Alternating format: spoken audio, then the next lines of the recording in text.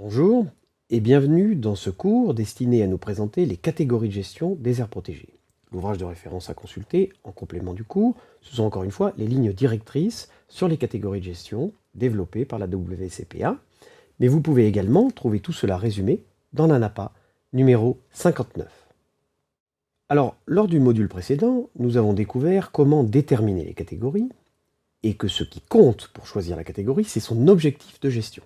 Parfois, il y a un écart entre cet objectif et la réalité, on le constate sur le terrain. Il faudra toujours se référer à l'objectif de gestion, tant pis si le gestionnaire s'en écarte, espérons-le, temporairement. Voyons maintenant quelles sont ces catégories. Elles sont au nombre de 6, comme on le voit sur cette liste, et elles correspondent globalement, et très schématiquement, à une évolution progressive depuis des territoires qu'on veut conserver dans leur état le plus naturel possible, catégorie 1 à 3, jusqu'à des territoires où l'intervention de l'homme est de plus en plus visible, catégorie 4, 5 et 6. Alors la première de ces catégories, ici, nous est présentée par Fabrice.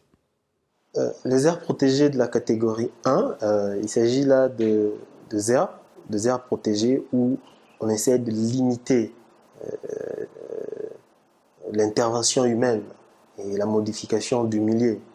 Donc là, il s'agit vraiment des aires protégées où on protège le milieu dans son état le plus naturel possible. Voyons maintenant la catégorie 2, qu'on appelle communément parc national. Cela est d'ailleurs assez inapproprié, puisque l'on a vu que le nom d'un territoire ne détermine pas forcément, 1, s'il est une aire protégée, et 2, la façon dont il est géré. Mais c'est ainsi. Bien, je travaille pour le parc national de Kahuzi-Biega. C'est un parc de la catégorie 2, c'est-à-dire en dehors du fait que nous faisons vraiment la protection des ressources naturelles à travers des patrouilles et à travers les lignes anti-braconnage, mais on y autorise, n'est-ce pas, la recherche scientifique en collaboration avec les universités de la place. Il y a le tourisme. Vous savez, nous sommes dans le Grand Lac, le tourisme est florissant. Et évidemment, il y a l'éducation environnementale. Toutes les écoles de la région se déplacent pour promener un peu dans la forêt et pour visiter les espèces phares. La troisième catégorie est relativement peu fréquente en Afrique. Elle concerne des territoires qui sont classés pour protéger un monument naturel spécifique, c'est-à-dire un élément topographique particulier. Ce peut être une montagne, une grotte, une caverne sous-marine, une petite île ou encore une forêt isolée.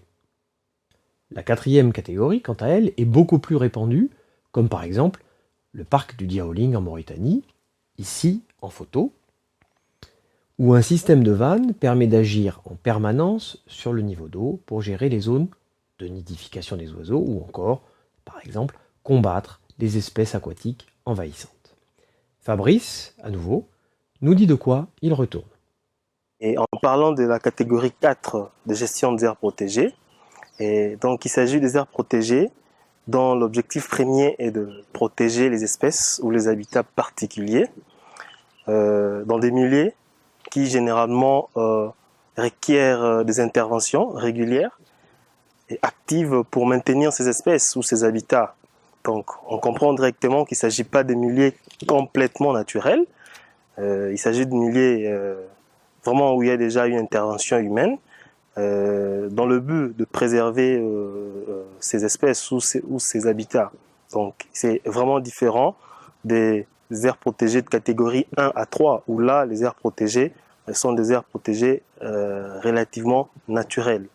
La cinquième catégorie regroupe ce que l'on appelle communément les paysages. Youssouf nous explique ce que c'est. Les aires protégées de catégorie 5 sont des territoires où l'interaction entre l'homme et la nature produit des caractéristiques spécifiques, voire culturelles propres. La gestion de ces territoires s'intéresse alors à la conservation de ces caractéristiques spécifiques, mais également intègre les modifications apportées par l'homme.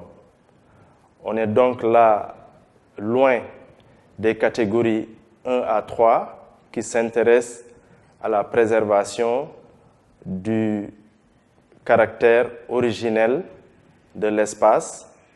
Là, on s'intéresse à la nature modifiée pour conserver ses caractéristiques propres.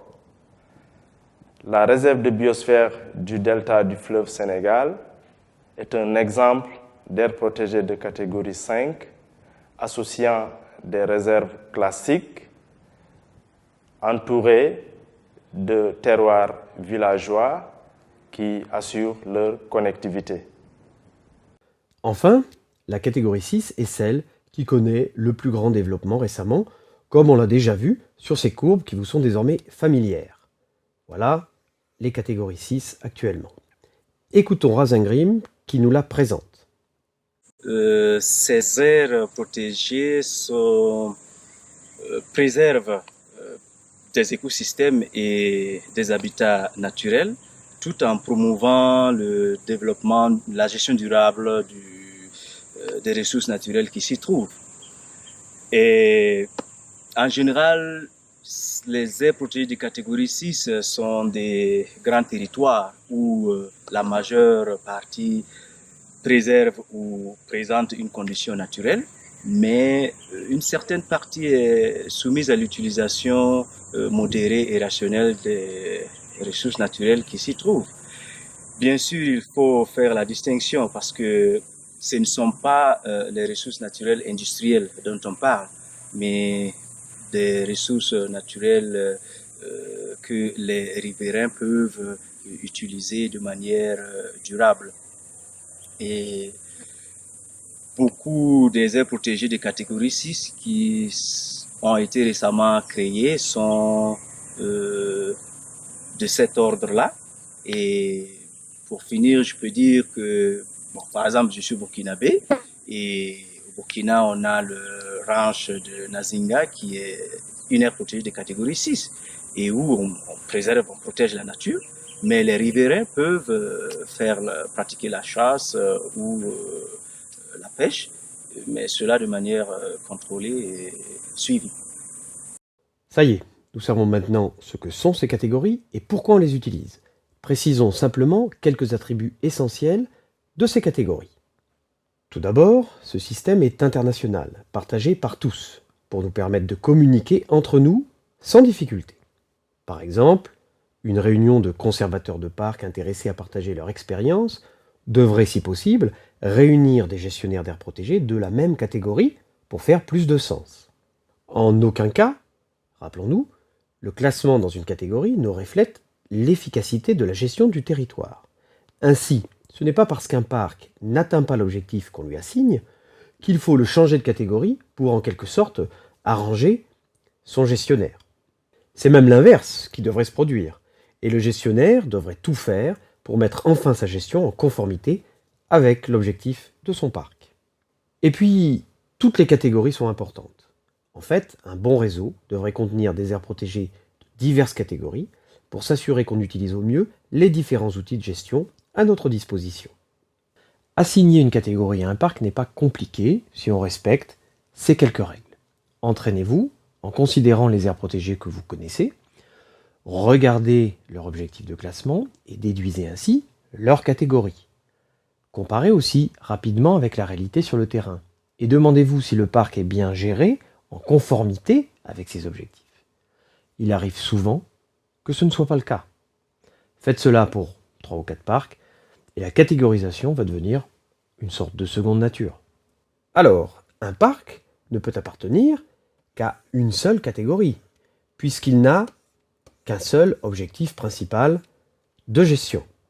Parfois, il est difficile de déterminer exactement quel est cet objectif, mais il faudra toujours le faire pour arriver à savoir à quelle catégorie il se rapporte. Si un parc contient différentes zones avec différents objectifs de gestion, ça arrive assez souvent, eh bien, pour déterminer la catégorie de l'ensemble, si cet ensemble est géré par la même entité, on se référera à l'objectif principal de l'ensemble, qui en général est celui qui s'applique à la plus grande surface. On parle souvent de la règle 75-25, l'objectif étant déterminé par l'objectif de gestion, la catégorie étant déterminée par l'objectif de gestion qui s'applique à plus de 75% du territoire. Si maintenant un parc est scindé en zones qui sont gérées de façon différente, avec des objectifs différents, par des entités différentes, chacune d'elles peut se voir attribuer une catégorie différente, comme s'il s'agissait en fait de deux parcs complètement différents. Un bon exemple pour ce type de situation, c'est un parc transfrontalier avec,